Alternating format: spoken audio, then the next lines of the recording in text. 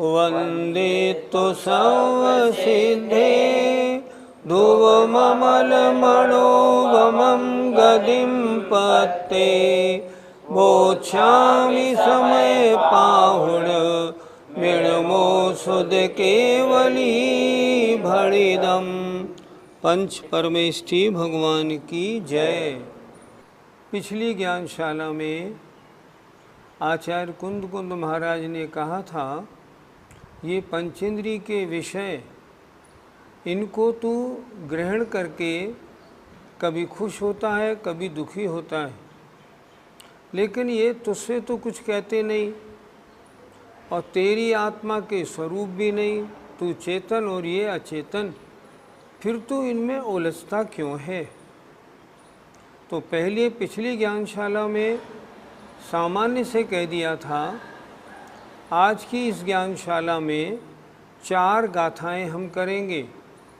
चारों गाथाएं एक सी हैं, इसलिए हमने चारों एक साथ ले लिए हैं। और उन 4 में 4 इंद्रिय, कर्ण इंद्रिय, नेत्र इंद्रिय, घ्राण इंद्रिय, रसना इंद्रिय के विषयों की चर्चा है। आचार्य कह रहे हैं कि घ्राण इंद्रिय के विषय तुझसे कुछ भी नहीं कह रहे कि तू हमें सुन, तू हमें सूंघ, तू हमें चख, कुछ भी नहीं कह रहे। फिर तू इनमें क्यों उलझता है? तुझे भी नहीं उलझना चाहिए, लेकिन अज्ञानी उन बातों को सुनता नहीं। आइए एक एक इंद्रिय का विषय एक एक गाथाओं में करते हैं। गाथा नंबर 403। असुहो सुहो वसद्दो, असुहो सुहो वसद्दो, णतं भणदि सुण सुमन्ति सोचेव, णतं भणदि सुण सुमन्ति सोचेव, णयेदि विणे गहिदुं, नयेदि विणे गहिदुं, सोदु विषयमागधं सद्दं, सोदु विषयमागधं सद्दं। बोलो। असुहो सुहो वसद्दो, णतं भणदि सुण सुमन्ति सोचेव, नयेदि विणे गहिदुं, सोदु विषयमागधं सद्दं। पहली गाथा में कर्ण इंद्रिय के विषय को लेकर चर्चा है। देखें, असुहो सुहो, अशुभ या शुभ, सद्दो माने शब्द, णतं भणदि तुझसे नहीं कहता, सुणसु सुनो, मंति माने मुझे नहीं कहता, और सोचे वह आत्मा भी, णय माने नहीं, एदि विणगहिदुम इनके ग्रहण करने के लिए नहीं जाता। ना तो पंचेंद्रिय का विषय कहता है मुझे सुन, ना आत्मा उसके ग्रहण करने के लिए दौड़ता है, फिर तू उसमें क्यों उलझा? देखिए ध्यान से नीचे की 2 पंक्तियाँ। णय एदि विणि गहिदुम, णय नहीं, एदि माने जाता, विणि गहिदुम ग्रहण करने के लिए, सोदु विषय मागदम सद्दम श्रोत्र इंद्रिय के विषय में आए हुए शब्द को। ना तो वो शब्द तुझसे कहता है मुझे सुन, ना आत्मा उसको सुनने के लिए दौड़ती है, फिर तू मात्र कर्ण इंद्रिय से उसको जानकर राग द्वेष क्यों करता है? बहुत अच्छी गाथा है। अर्थ देखें, अशुभ या शुभ शब्द है, वह तुझे ऐसा कहता है क्या कि तू मुझे सुन, नहीं कहता। और श्रोतेंद्री के विषय में आए हुए शब्द को ग्रहण करने के लिए आत्मा भी नहीं दौड़ती। फिर तू उस शब्द को सुन के राग द्वेष क्यों करता है? अगर करता है तो ये तेरी अज्ञानता है। आज 4 गाथाएं हैं, चारों गाथाएं एक सी हैं बिल्कुल, इसलिए हमने चारों को एक साथ ले लिया। आइए इसका पद्यानुवाद देखते हैं। आज जो 403 की पद्यानुवाद है उसमें ऊपर से दूसरी पंक्ति में जो वर्ण लिखा है उसी जगह कर्ण होगा। आप भी अपनी अपनी किताब में ठीक कर लें। देखो 403 के पद्यानुवाद में जो दूसरी पंक्ति में शुरू में लिखा है वर्ण, वर्ण नहीं उसे कर्ण कर लें। आइए उच्चारण करते हैं। वो शब्द हो अशुभ हो, शुभ हो सुनो रे, ऐसा कभी न कहता कि मुझे गुणों रे। जो कर्ण का विषय मात्र बना हुआ है, होता ग्रहित न स्वतंत्र तना हुआ है। किसी ने जो शब्द कहे वो कर्ण का विषय बने, लेकिन तैने ग्रहण क्यों किया? क्या वो जबरन आत्मा उसको ग्रहण करने के लिए गया? नहीं गया। तो मात्र कर्ण का विषय बनने पर उसको ग्रहण करना अज्ञानता है। आइए गाथा नंबर 404। असुहम सुहम चरूवम, असुहं सुहं चरूपं, णतं भणदिपेक्षमन्ति सोचेव। व्रतं भरदिपेक्षमन्ति सोचेव। णयेदि विनिगहितुं, प्रययेति विवेकहितुं, चक्षु विषयमागुदं रूपम्। चक्षु विषयमागतं रूपम्। बोलो असुहम सुहम चरूवम, रतं भणदिपेक्षमन्ति सोचेव। णयेदि विनिगहितुं, चक्षु विषयमागतं रूपम्। पहली गाथा नंबर 403, 404 दोनों एक सी हैं। अंतर इतना है उसमें कर्ण इंद्री की बात थी और विषय को देखने की चर्चा थी, सुनने की चर्चा थी। यहाँ चक्षु इंद्री की बात है और विषय को देखने की चर्चा है, क्योंकि चक्षु इंद्री का विषय देखना है। बाकी जैसी की तैसी गाथा है। अर्थ एक बार देख लें। अशुभम शुभम च रूपम, अशुभ और शुभ रूप। णतम भणदी, तुझसे नहीं कहता। पेच मंति, मुझे देखो। वो विषय थोड़ी कह रहा है, मुझे देखो। और सोचेव, और वह आत्मा भी चक्षु विषय मागदम रूपम, चक्षु इंद्री के विषय में आए हुए रूप को विनिगहितुं, ग्रहण करने के लिए नहीं जाता। जब ऐसा है फिर तू चक्षु इंद्री के अच्छे बुरे विषयों में राग द्वेष क्यों करता है? ना तो वो तुझसे कहता है मुझे देख, न तेरी आत्मा उनको देखने के लिए दौड़ता है, फिर राग द्वेष करने का क्या काम? आचार्य ने कितनी अच्छी तरह समझाया है। अर्थ देखें। इसी प्रकार अशुभ या शुभ रूप भी तुझे ऐसा नहीं कहता कि मुझे देख, और चक्षु इंद्री के विषय में आए हुए रूप को ग्रहण करने के लिए आत्मा भी नहीं दौड़ता। आचार्य ने बड़ी कृपा करके ये गाथाएं कही हैं। फिर भी जो अज्ञानी हैं वो इंद्रियों के विषयों में अगर विषय अच्छा हो तो राग, बुरा हो तो द्वेष करते हैं। पद्यानुवाद देखिए। वो रूप हो अशुभ हो, शुभ हो लखोरे। ऐसा कहे न कि मुझे गृग से लखोरे।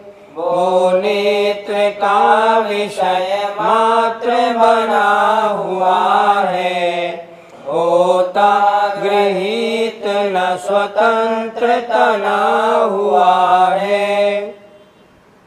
जैसे कर्ण इंद्री के विषय के सुनने की बात थी, ऐसे ही नेत्र इंद्री के विषय को देखने की बात है। ना तो वो तुमसे ये कहता है नेत्र इंद्री का विषय कि मुझे देखो, और आत्मा भी उसे देखने के लिए नहीं दौड़ता, फिर राग द्वेष की क्या बात है। आइए अगली गाथा देखें, 405। असुहो सुहोय गंधो, असुहो सुहोय गन्धो, णतं भणदि जिगमन्ति शोचेव। व्रतं भणति जिगमन्ति शोचैव। णयेदि विनिगहितुं, प्रययेदि विनिगहितुं, भणदि घाण विषयमागधं गन्धम्। भणदिघाण विषयमागतं गन्धम्। बोलिए, असुहो सुहोय गंधो, णतं भणदि जिगमन्ति शोचेव। णयेदि विनिगहितुं, भणदि घाण विषयमागधं गंधम। भिन्न भिन्न इंद्रियों के विषयों को लेकर एक एक गाथा लिखी है। देखें, एक एक शब्द का अर्थ देख लें। असुहो सुहोय गंधो, अशुभ और शुभ जो गंध है। णतम भणदि, तुझसे नहीं कहता। जिग मनती, कि मुझे सूंघो। गंध थोड़ी कह रही है कि मुझको सूंघो। और सोचेव वह आत्मा भी णय एदि नहीं जाता है ग्रहण करने के लिए घ्राण इंद्री के विषय में आए हुए गंध को। और आत्मा भी गंध को नहीं दौड़ता। दौड़ेगा तो किस किस को दौड़ेगा, क्योंकि घ्राण इंद्री का विषय तो बहुत सारे हैं, कहाँ कहाँ दौड़ेगा, वो भी नहीं दौड़ता। फिर भी तू राग द्वेष क्यों करता है। वह पुद्गल है, तू जीव है, तेरा स्वभाव नहीं, तेरी जाति नहीं, उससे दूर रहे। अर्थ देखें, इसी प्रकार अशुभ या शुभ गंध भी तुझे ऐसा नहीं कहता कि मुझे सूंघ। और घ्राणेन्द्रिय के विषय में आए हुए गंध को ग्रहण करने के लिए आत्मा भी नहीं दौड़ता। शायद आप लोग ये सोच सकते हैं कि पहली लाइन जो अर्थ की है ना, इसी प्रकार अशुभ या शुभ गंध भी तुझे ऐसा नहीं कहता या नहीं कहती, क्योंकि गंध तो कहती होना चाहिए था, पर नहीं, ये विषय की बात है, पंचेंद्रिय के विषय, इसलिए तुझे ऐसा नहीं कहता ही कहना ठीक होगा। अर्थात घ्राणेन्द्रिय का विषय भी आत्मा से नहीं कह रहा कि मुझे सूंघ, जबरन नहीं कह रहा, और आत्मा भी उसे ग्रहण करने के लिए नहीं दौड़ रही। फिर राग द्वेष का क्या काम। आइए इसका पद्यानुवाद देखते हैं। वो गंध हो अशुभ या शुभ सूंघ लेना, ऐसा कहे न कि मुझे कुछ मूल्य देना। नासिका विषय केवल वो बनी है, आती नहीं पकड़ में यह तो सही है। जो गंध है पकड़ में नहीं आती, केवल घ्राण इंद्रिय का विषय बनती है। लेकिन वो हमसे ये थोड़ी कह रही है कि मुझे सूंघो, और आत्मा भी नहीं दौड़ रही, फिर भी अज्ञानी उनमें राग द्वेष करता है। आइए गाथा नंबर 406 देखते हैं। आज 4 गाथाएं इसलिए हमने की हैं, चारों गाथाएं लगभग एक सी ही हैं, इसलिए आज 4 गाथा कर रहे हैं। असुहो सुहो य रसो, असुहो सुहो य रसो, णतं भणदि रसयमन्ति सोचेव, व्रतं भणदि रसयमन्ति सोचेव, णययेदि विडिगहिदुं, णययेदि विडिगहिदुं, रसण विषयमागधं तु रसं, रसण विषयमागधं तु रसं। बोलो। असुहो सुहो य रसो, रतं भणदि रसयमन्ति सोचेव, णययेदि विडिगहिदुं, रसण विषयमागधं तु रसम्। एक एक शब्द का अर्थ पर ध्यान दीजिए। अशुभ और शुभ रस, तम न भणदि, तुमसे नहीं कहता है, मंती रसय, मुझे चखो नहीं कहता, और सोचे वह आत्मा भी, नय एदि विडिगहिदुं, इसको ग्रहण करने के लिए, किसको ग्रहण करने के लिए? रसना इंद्री के विषय में आए हुए रस को ग्रहण करने के लिए नहीं जाता, आत्मा भी नहीं जाता, वो भी नहीं कहता, फिर तू क्यों उलझता है? आचार्य कहते हैं अज्ञानी नहीं ज्ञानी बनो, हमें पंचेंद्रियों के विषयों में नहीं उलझना है। ये विषय होते हैं तो होते रहो, लेकिन हम राग द्वेष क्यों करें? हम उसके लिए दौड़ते नहीं, वो हमसे कहता नहीं, फिर उसमें उलझने का क्या काम? आइए इसका पद्यानुवाद देखते हैं। इसी प्रकार अशुभ या शुभ रस भी तुझे ऐसा नहीं कहता कि मुझे चख, और रसना इंद्री के विषय में आए हुए रस को ग्रहण करने के लिए आत्मा भी नहीं दौड़ता। इसलिए ज्ञानीपना है कि पंचेंद्रियों के विषयों में उलझना नहीं और अच्छे और बुरे विषयों में समता भाव रखना। आइए इसका पद्यानुवाद देखते हैं। ऐसा तुम्हें न कहता रस वो कदापि, चाखो मुझे अशुभ या शुभ हो तथापि, जिनेन्द्रिय का विषय हो पर स्वाश्रयी है, आता नहीं पकड़ में न पराश्रयी है।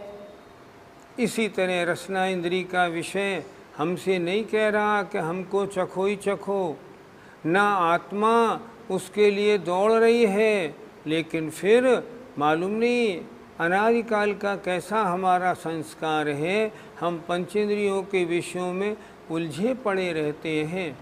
आचार्य ने, यद्यपि आचार्य एक गाथा में सारी बात कह सकते थे, लेकिन उन्होंने अच्छी तरह समझाने के लिए अलग अलग विषय के लिए अलग अलग गाथा लिखी। कितनी बड़ी कृपा है आचार्य कुंद महाराज की। पंडित जी, इन पंचेंद्रिय के विषयों को चखने या देखने में क्या नुकसान है? कोई नुकसान नहीं। अच्छा, कोई भी समय ऐसा नहीं हो सकता जब पंचेंद्रिय के विषय आपको ज्ञान में नहीं आ रहे हों। कोई ऐसा समय नहीं हो सकता। कहीं भी बैठ जाएं, कोई न कोई स्मेल होगी, कोई न कोई टेस्ट होगा, कुछ न कुछ वस्तु जो सामने होगी, कोई न कोई आवाज़ आई रही होगी। तो पंचेंद्रिय के विषयों से अगर हम दूर रहना चाहें, दूर कैसे रह सकते हैं? आप कैसे ही एकांत में जाकर बैठ जाइए, अपने छत के ऊपर वाले कमरे में जाकर बैठ जाइए, फिर भी आपको पंचेंद्रियों के विषयों का संपर्क तो बनेगा ही बनेगा। इसलिए उसके बारे में कोई मनाही नहीं। लेकिन दिक्कत क्या है, जो विषय आपको अच्छा लगता है, जब वो मिलता है तब प्रसन्नता या राग, और जो विषय बुरा लगता है जब वो मिलता है तब उसमें द्वेष ये नुकसानदायक है। आचार्य ये नहीं कह रहे, आचार्य कह रहे हैं वो तेरे कान में आ रहे हैं तो आने दे, पर तू उसमें उलझे मत। किसी ने तुम्हें गाली दी, ठीक है गाली दो। एक उदाहरण पहले सुनने में आया था, किसी ने एक साधु को बोला महाराज ये वस्तु लीजिए, उन्होंने कहा नहीं लेते। महाराज क्यों नहीं लेते? मुझे ग्रहण नहीं करनी। बोले मैं देता हूँ। बोले दो, नहीं लूँगा तो कैसे दे दोगे? उसी तरह जब कोई चीज़ मेरे कान में कोई विषय टकराया और मैंने उसको स्वीकार एक्सेप्ट नहीं किया, मैंने उस ओर अपना ध्यान नहीं लगाया, तो वो विषय क्या मुझ में राग द्वेष उत्पन्न करा पाएगा? कभी नहीं कराएगा। जब मैं सोचूंगा इनने क्या कहा, मेरी निंदा की, अच्छा अब मैं इसको देखता हूँ, तब तो द्वेष होगा। इसने क्या किया, ये तो मेरी बड़ी प्रशंसा कर रहा है, अच्छा चलो मैं बड़ा प्रसन्न हुआ। जब सामने वाले पंचेंद्रिय के किसी विषय को एक्सेप्ट मैंने किया और मैंने उसमें राग द्वेष किया, तभी तो वो मेरे आत्मा के लिए पाप बंध का कारण बनेगा। जब मैं बिल्कुल ज्ञाता दृष्टा बना हुआ इन आते हुए विषयों में उलझूंगा नहीं, अपनी आत्मा के द्वारा उन्हें स्वीकार नहीं करूंगा, तो मुझ में राग द्वेष की उत्पत्ति भी कैसे होगी? इसलिए ज्ञानी क्या करता है, पंचेंद्रिय के विषय होते रहे, मुझे उनमें राग द्वेष नहीं करना, ये मेरे स्वभाव नहीं, मैं इनमें राग द्वेष क्यों करूं? ये मुझसे कह थोड़ी रहे हैं कि हमको सूंघो चखो। मेरी आत्मा भी थोड़ी दौड़ रही है, नहीं दौड़ रही है तो मैं अपने में माध्यस्थ भाव रखता हूँ। ऐसी परिणति जब बनती है तब राग द्वेष होने का प्रसंग ही नहीं आता। पंडित जी, तो फिर हम अच्छी बात सुने, बुरी बात क्यों सुने? अभी आपके बात समझ में नहीं आई। बात अच्छी सुने, क्या ऐसा हो सकता है? कोई न कोई तो बुरी बात कहने वाला आएगा ही। सुनते हैं भगवान महावीर के समवशरण के बाहर भी गोशालक आदि तीर्थंकर की बुराई करने वाले लोग खड़े हुए थे, सुनने में तो वो भी आएंगी। ऐसा नहीं हो सकता कि हम अच्छी बात ग्रहण करें, बुरी बात ग्रहण ही नहीं करें, ऐसा नहीं हो सकता, पहली बात।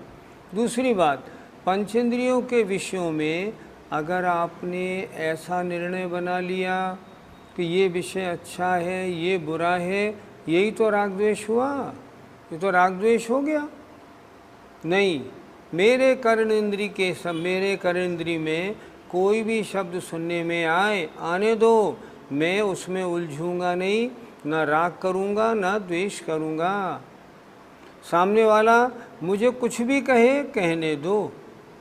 मुनि महाराज आहार लेते हैं, आहार लेते में उन्होंने जो वस्तु ली उसका स्वाद अच्छा हो या बुरा, उन्हें तो मात्र अपना पेट भरना है, ताकि ये शरीर संयम की साधना करता रहे। अगर वो ये सोचें पहले वाला ग्रास तो बढ़िया था, ये रोटी कड़ी हो गई, तो राग द्वेष शुरू हो गया। कल जिस घर में गया था वहाँ स्मेल अच्छी थी, यहाँ तो थोड़ी बदबू आ रही है, तो राग द्वेष हो गया ना। इसलिए जो ज्ञानी है वो पंचेंद्रिय के दोनों प्रकार के विषयों को एक सा मानता है। ये नहीं कि बुरे को नहीं सुने, बुरे को नहीं सुनूं ये द्वेष बुद्धि हो गई, अच्छों को ही सुनूं ये भी राग बुद्धि हो गई। ज्ञानी के राग और द्वेष बुद्धि नहीं होती। पंडित जी, ऐसा कब हो सकता है कि जब हम पंचेंद्रियों के विषय में ना उलझे? घर गृहस्थी में रहते हुए बिल्कुल संभव नहीं। घर गृहस्थी में अच्छा बुरा सुनना, अच्छा बुरा देखना, अच्छा बुरा सूंघना, अच्छा बुरा चखना सुबह से शाम तक लगा रहता है और राग द्वेष की परंपरा बनी रहती है।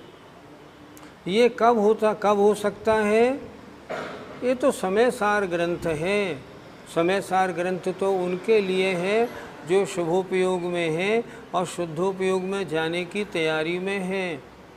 ऐसे मुनि महाराज जब शुद्धोपयोग में रहते हैं, जब कारण समय सार में रहते हैं, उस समय पंचेंद्रिय का कोई भी विषय आता जाए, किसी रूप में हो, वो उसमें उलझते नहीं। अर्थात पंचेंद्रियों के विषयों में राग द्वेष की कल्पना से बचना है तो वह सिर्फ शुद्धोपयोगी मुनियों को संभव है, हमें आप गृहस्थियों को नहीं। फिर हमें आप ये गाथा क्यों पढ़ा रहे हैं? हम इसलिए पढ़ा रहे हैं, संपूर्णतया नहीं हो सकता तो थोड़ा बहुत तो हो सकता है ना। घर गृहस्थी में रहते हुए भी इतना तो हो सकता है कि गुस्से का मौका आने पर हम गुस्सा नहीं करें। कोई चीज़ कैसी भी पंचेंद्रिय के विषय प्राप्त हो जाए, ना हम क्रोध करें ना हम राग करें, इतना तो हम कर सकते हैं। संपूर्ण त्याग नहीं, लेकिन कथनचित थोड़ा त्याग तो बन सकता है। हम सब समय सार पढ़ने वालों को इस अपेक्षा पंचेंद्रियों के विषय अच्छे मिलें या बुरे मिलें, उन विषयों में हमें समता परिणामी बनकर रहना चाहिए। जय जिनेंद्र।